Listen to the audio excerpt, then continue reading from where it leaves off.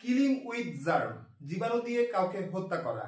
পৃথিবীর ইতিহাসে এই হত্যাযজ্ঞটি অনেকবার সংঘটিত হয়েছে। পৃথিবীর গুরুত্বপূর্ণ মানুষকে জীবাণু এবং ভাইরাসের মাধ্যমে হত্যা করা হয়েছে। মেডিকেলের ভাষা মতে এটি খুবই একটা গুরুত্বপূর্ণ ট্রাম। যদিও আমি মেডিকেলের স্টুডেন্ট নই, কিন্তু বিভিন্ন নির্ভরযোগ্য সংবাদ মাধ্যম এবং তথ্যসূত্র থেকে আমি এই তথ্যটি খুঁজে বের করেছি। সম্প্রতি সময়ে আমাদের বাংলাদেশের সাবেক প্রধানমন্ত্রী খালেদা জিয়ার শারীরিক অবস্থা খুবই সংকটাপন্ন। ভিতরে কি হচ্ছে তার সঠিক কোনো তথ্য বাংলার জনগণ জানে না। কিন্তু অসুস্থ হওয়ার কিছুদিন আগে তিনি সেনাকুঞ্জে তাকে নিয়ে যাওয়া হয়েছিল সশস্ত্র বাহিনী দিবস উপলক্ষে। হাজার হাজার মানুষের ভিড়ে তাকে কোনো ধরনের পার্সোনাল প্রোটেকশন ছাড়া, যেমন গ্লাভস, মাস্ক ছাড়াই তাকে জনসমাগমে সকলের সাথে মিশতে দেওয়া হয়েছে। এটা কি আসলেই উচিত হয়েছে?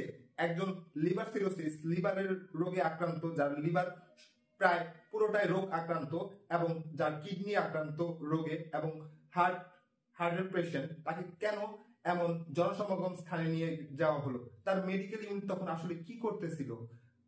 কেন তাকে নিয়ে যাওয়া হলো সেনাকুঞ্জে এত জনসমাগম মানুষের ভিতরে? হাজার হাজার মানুষের ভিতর কার কোন রোগ ছিল সেটা কি আসলে মেডিকেল রিপোর্টের মাধ্যমে পরীক্ষা নিরীক্ষা করা হয়েছে? ভাবতে শিখুন। যারা খালেদা জিয়ার অনুসারী আছেন তারা ভাবতে শিখুন, ভাবার প্র্যাকটিস করুন। কি হচ্ছে? -2 ফর্মুলা আসলে কি? কাদেরকে সম্পূর্ণভাবে বিধ্বস্ত করে দেওয়ার পরিকল্পনা চলছে?